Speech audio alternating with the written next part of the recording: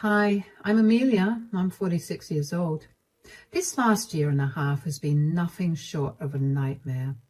I lost my son to cancer and my husband to an affair. I've been through a lot, and I was recently told to try venting my emotions through writing, so here I am. I'll start from the beginning. I met my ex-husband, Robert, when we were in college. We were very similar, so we got along great. We dated for 4 years before tying the knot. We waited for a year or two before we decided to have kids. Our first child was a girl who we named Megan, and 5 years later we had my son, Justin. For 15 years, everything was great. We were a happy family that was doing very well. Both Robert and I worked jobs that paid us well enough to save up for both of our kids' education and also live comfortably. And then one day, my son Justin collapsed out of the blue. It was one of the scariest moments of my life. I had no idea what was happening. One minute I was making a PB&J sandwich for him, and the next I heard a thud on the floor and found him lying unconscious. I was trained in CPR, so I quickly performed it on him while I called 911 for help. The ambulance arrived quickly and we were rushed to the hospital. After a number of tests, I was told that Justin had leukemia. I cannot describe to you all the emotions that went through me when I heard that news. I felt my whole world crash and burn. I went from feeling every emotion under the sun to feeling nothing at all.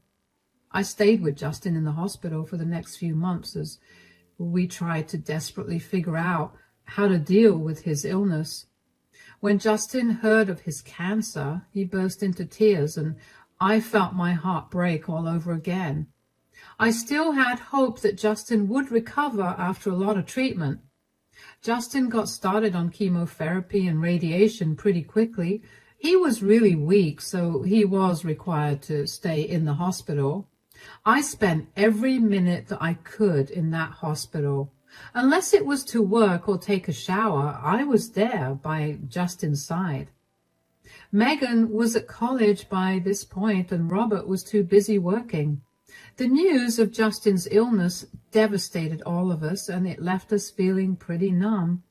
Megan couldn't be back home all the time, but she'd fly back home once a month for about a week to spend time with Justin.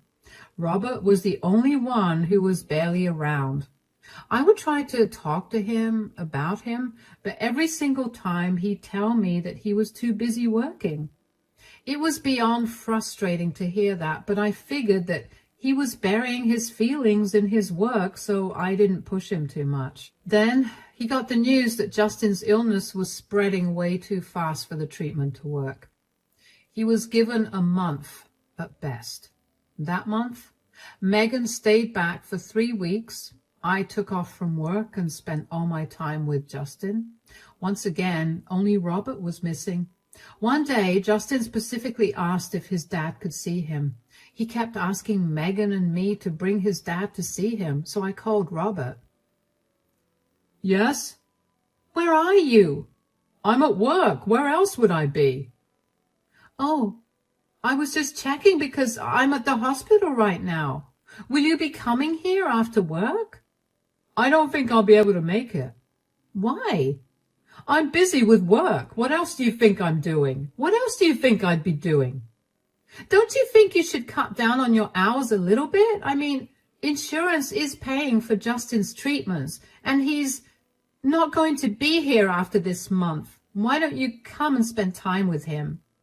Amelia, I literally can't.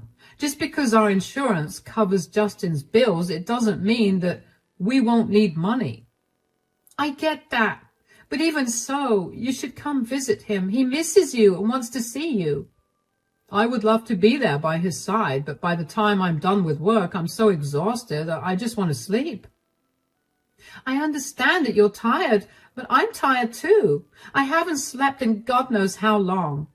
You'll regret not getting to spend time with Justin once, you know. You think this isn't hurting me? I also want to be by my son's side, but I literally can't. The last thing I want is for Justin to see me looking exhausted. The kid needs to be around cheerful people now. Justin doesn't care about that, Robert. Just come and spend time with him. That's all he's been asking for all day. Tell Justin that I can't make it. How have you suddenly become so much more busy since Justin's diagnosis? You're supposed to be there for him as his father. He's struggling with this, and he's doing his best to be happy. Why can't you set aside your feelings for a second and think about Justin? Why are you yelling at me? I told you that I'm doing my best to be there for him, but it's not as easy as you think it is. I'm also a working woman, Robert. How do I have time for Justin and not you? You've worked so much this year and you haven't taken any of your paid time off. Just take the rest of the month off and spend time with Justin. I can't do that. Why? Why can't you do one last thing for Justin? Do you not care for your son who's suffering and literally dying? Amelia, I'm really busy right now. I only picked up the phone because I thought there was an emergency. If you keep calling me to yell at me, I will stop picking up the phone. Bye. And just like that, Robert hung up on me. I remember staring at my phone in shock that day. Justin had only one wish, and that was to see his father. How had Robert not seen the importance of that moment? Did he not realize that he would no longer have time with Justin? I felt such a crazy amount of anger at that moment. I tried to call Robert again and he didn't pick up. And when I tried again, my call wouldn't go through. He had blocked me. I shamefully explained to Justin that his father was busy and that he wouldn't be able to make it. Megan also seemed as mad at me at that point. Justin just seemed defeated. And that only made me feel worse. I mean, how else am I supposed to feel when my dying son got so used to not having his father around? Megan and I did our best to cheer Justin up, and he finally seemed to forget all about his disappointment. Megan had to leave eventually because she had an important exam to give, which if she didn't, she'd have to wait another 6 months to give, and that would not be possible because she had other things to do in 6 months. She apologized profusely to Justin, and he assured her that it was okay. She told me that she would try to make it in time to see Justin one last time. Unfortunately, Justin passed away only 3 days after Megan left for university. To say I was devastated would be an understatement. I don't know how I got through the next few days, but I managed to plan Justin's funeral. I finally managed to get through to Robert, and when I spoke to him, I felt nothing. Robert did his best to make up for his absence, but all of that just felt like hollow attempts. Still, I knew I needed to rely on someone to get through the funeral, so I accepted Robert's attempts. On the day of the funeral, Robert had left to do something without telling me what it was. I tried to get in touch with him for hours, and when almost everyone was at the funeral, Robert showed up. I walked up to him in worry and irritation and asked him where he'd been. "You're finally here. What took you so long?" "Jeez, why are you freaking out?" "I've been dealing with all the guests all by myself. I wanted you here because you know how much I've been struggling, and dealing with others is beyond exhausting." "Have you always been this needy?"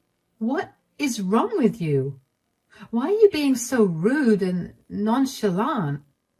"I'm not being rude. I'm just in a better place mentally, and you're really bringing me down." "A better place mentally? What are you talking about? Your son passed away only 2 days ago. And who is this woman?" "I don't care that he's gone. I found a replacement. This is Beatrice, and she's pregnant with my child." "What? Are you really telling me that you're cheating on me at our son's funeral?" "I figured now was as good a time as any. I mean, I was going to leave you immediately anyway. You thought telling me about your affair at our son's funeral while I'm in the depths of grief was okay? What happened to you always being by my side? Did you really not care about Justin? Was he just that replaceable to you? I told you from the start of our relationship that the one thing I wanted was a son. You gave me a son, so I stayed with you. Now that I no longer have a son, and you definitely won't be able to give birth to another child at your age, I had to replace you. What is wrong with you? Nothing is wrong with me. You're way too emotional to accept your reality right now, but I've already had the divorce papers drafted up, and they'll be served to you tomorrow. So that's it. You're just going to abandon me for some random woman you found and impregnated? You're going to throw away our 23 years of marriage for some stupid need of yours to have a son? It's not a stupid need. Who do you think will keep our family name alive? Our daughter who get married off to some guy and change her name? And I didn't just find some random lady. I've been seeing Beatrice for over a year now. Are you telling me that while I was struggling to deal with Justin's sickness and coming to terms with losing him, you were cheating on me with another woman? I'm glad your emotions haven't gotten in the way of you making sense out of your reality. You know what? Maybe it is a good thing that you're leaving. I don't want to be married to such a heartless man. Now, if you'll excuse me, I need to be around people who actually care about me. The range of emotions I was feeling is something I simply can't describe. I went from feeling angry to hurt to betrayed to sad to glad. And all of that was piled on top of the huge amount of guilt and grief that I had already been feeling. My son was gone. I could no longer hold my baby in my hands anymore. And there was nothing I could do to keep him by my side either. I was beyond mad at Robert, though. There was no reason for him to reveal his affair to me at Justin's funeral. I don't know if he wanted to humiliate me or if he was genuinely stupid. I decided to keep my distance from Robert because being around him would trigger way too many emotions, and I was not in the mental space to handle so much. About an hour into the funeral, Megan arrived. Her flight got delayed, and when she arrived, she looked a mess. I ran up to her and hugged her as hard as I could. I could not imagine what she was going through. She and Justin were as thick as thieves, and they'd always had dreams of doing a variety of things when they got older.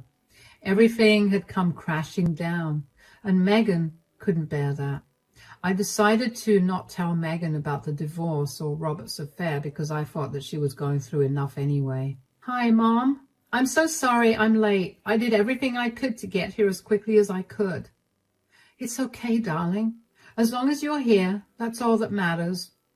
I feel horrible that I couldn't be by Justin's side while he was on his deathbed. Don't feel bad. You were stuck in an impossible situation, and Justin would have wanted you to focus on your future over him. He left you a letter, so you can take your time and read that. That was so sweet of him. I don't know how to get rid of this guilt and emptiness that I'm feeling right now, though. I know, sweetie. At the very least, you should feel better knowing that Justin is no longer suffering. He's happier wherever he is now. Yeah, I guess. How are you holding up, Mom? I know you've been checking up on everybody, so I'm sure that you're exhausted. I'm not doing so good. I don't want to bring up other things right now, but I'm barely managing to hold myself together. Other things? What are you talking about?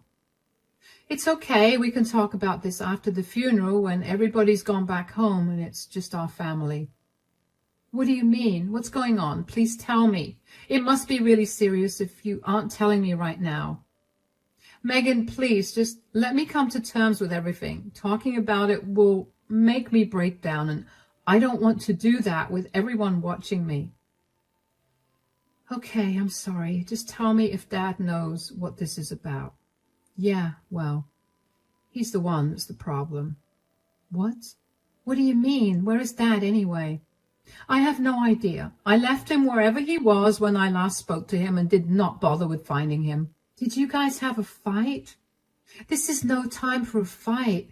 You guys are at your son's funeral, and are you two really going to avoid each other at a time when you're supposed to be helping each other get through this?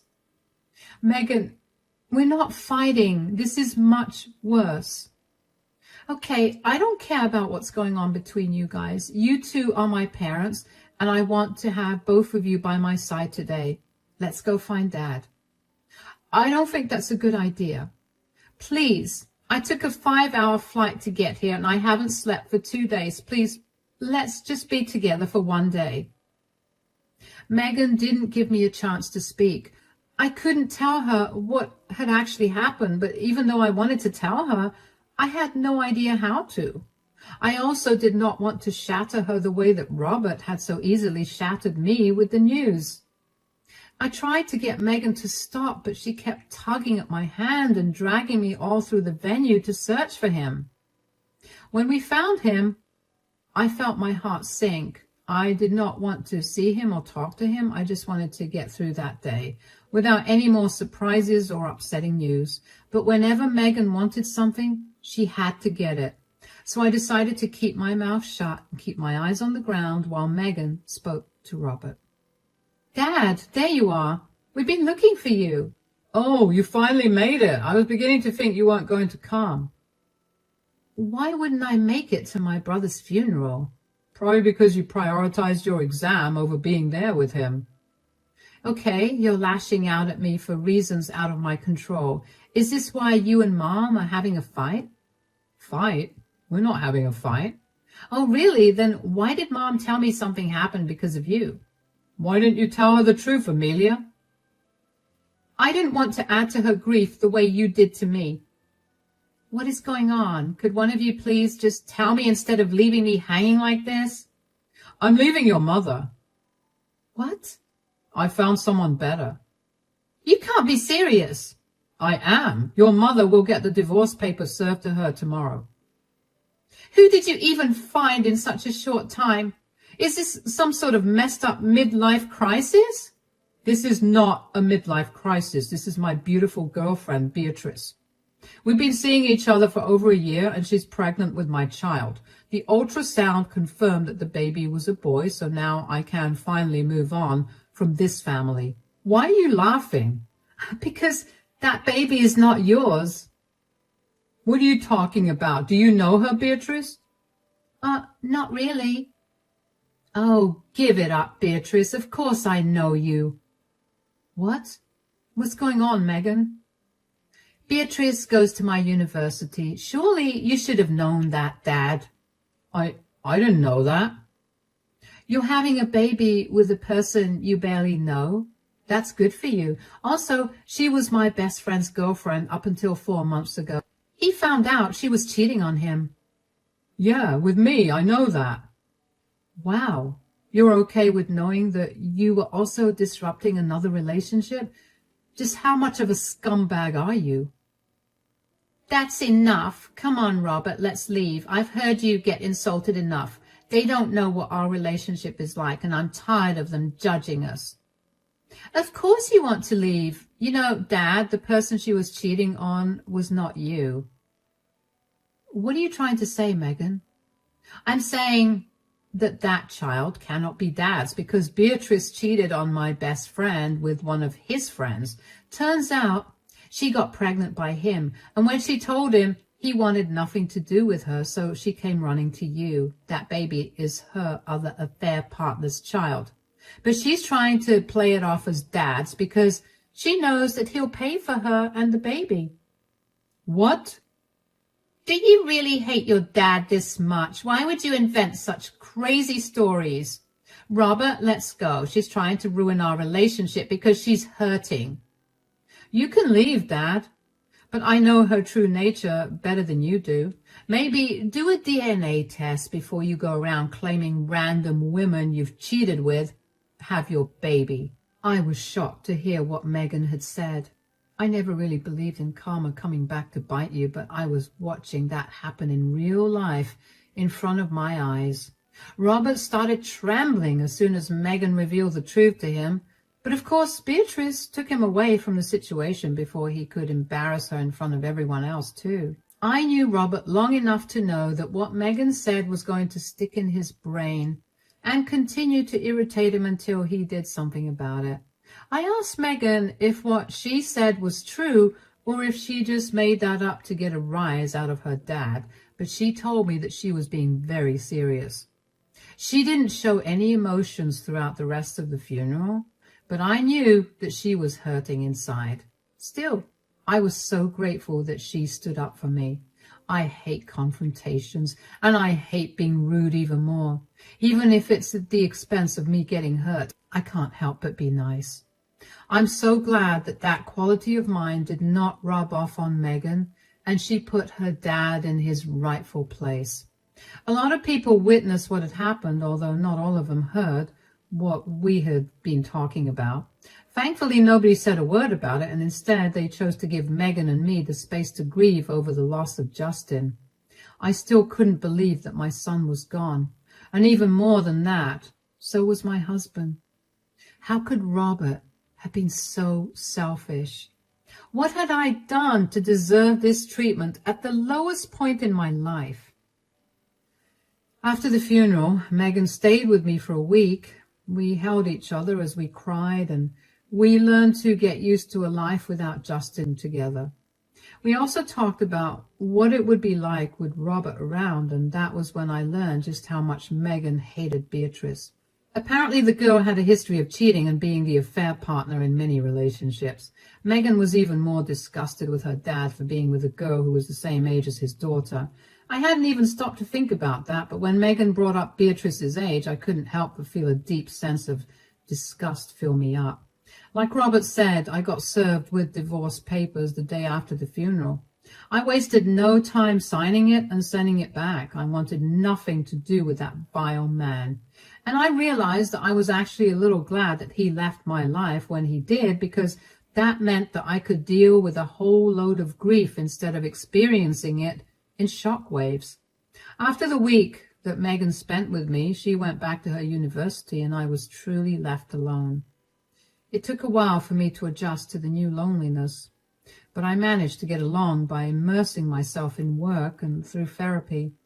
About 2 weeks after Justin's funeral, somebody rang the doorbell. I looked at the camera footage from my doorbell and saw that it was Robert. I'm not going to lie. I felt rage coursing through my veins at that point. I ignored him, but he kept ringing the doorbell, so I opened the door and did not try to hide my annoyance. "What are you doing here?" "Megan was right. Beatrice lied to me." "Okay, what do you want me to say about that?" "Nothing. I don't know. I just wanted to let you know how sorry I am." "Telling me that you're sorry isn't going to change what you did." "I know. I feel terrible, and I guess apologizing was the only way for me to feel better. But it doesn't look like you're going to forgive me, huh?" "Forgive you? While you were out there cheating, I was the one consoling Justin when he found out that his illness was terminal. I stayed in the hospital for over a month with him and barely slept or ate food. Every time I called you for help, you'd tell me you were busy. I had no one to support me.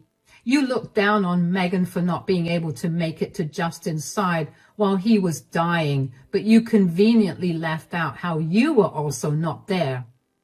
"I know. That's why I'm apologizing. You've been an amazing mother to our children. I repaid you with the worst thing in the world at the worst time." "I'm glad you at least recognize that." "I know that you still haven't forgiven me, but do you think that you could?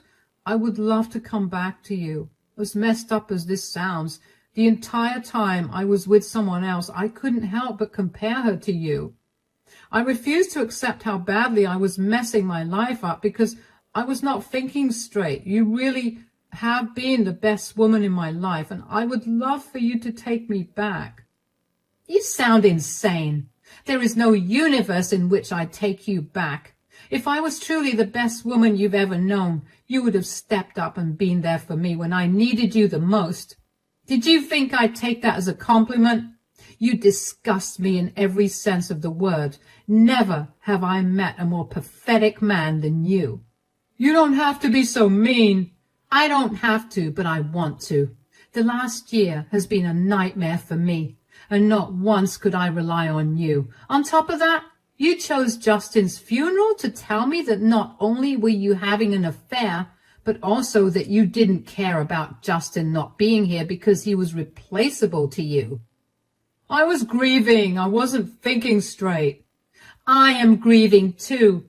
Does that give me the right to go to sleep with a bunch of people and put my husband down at his lowest? Listen to yourself and hear how crazy you sound. Please leave me alone. I signed the divorce papers like you wanted. I never want to see you again. Amelia, please listen to me. I slammed the door in Robert's face. I couldn't believe the nerve that he had to not only come back, but also ask me to take him back. Robert kept knocking on the door for a while until he eventually gave up and left. He was lucky that he gave up when he did, because I was just thinking of calling the police.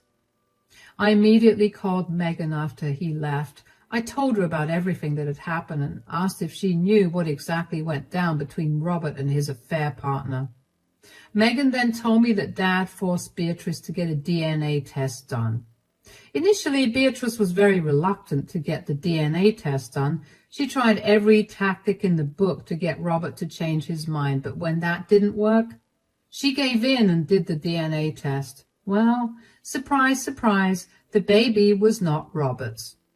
He kicked her out and she came crying back to Megan's best friend. She told him all of this and promised to remain faithful to him if he helped her raise the child she was carrying. I couldn't believe how delusional the woman was. Megan and her best friend have also washed their hands of Beatrice, so that was all the update I had on that. I was glad that Robert's selfish actions finally caught up with him. He lost his family because of his selfishness, and now he's all alone. The rest of our family, that was at the funeral, heard about what Robert had done, and they decided to cut contact with him.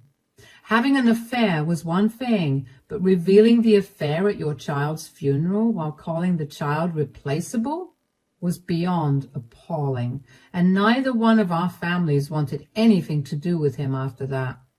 From what I heard through a few mutual friends, Robert was living a very lonely life. He seemed very low and can't seem to get through a day without a drink in his hand. While my heart hurts for the loss of my relationship, I know that I definitely deserve someone way better than Robert. I will always treasure the years I spent with him, all the good memories we created together, and as a family, but that's all. He means nothing to me now, and even though it hurts to say that, that is the truth. Our divorce is still being processed, and thankfully, Robert is not making things harder. He's being amicable. And even though I want to do nothing more than yell at him at the top of my lungs for ruining our family in the worst way possible, I'm being civil with him. Megan begged me to look into therapy, and even though I was very skeptical about it, I scheduled a few sessions for myself, and honestly, I can already feel myself healing. I know that I've been through way too much in this last year than I have in the rest of my 48 years of life. So no matter what happens from here on out, I'll be strong enough to overcome it. I know I have loving family and friends by my side too, and that's enough to get me through as many rainy days as possible. Thanks for listening, and I wish you nothing but good days ahead.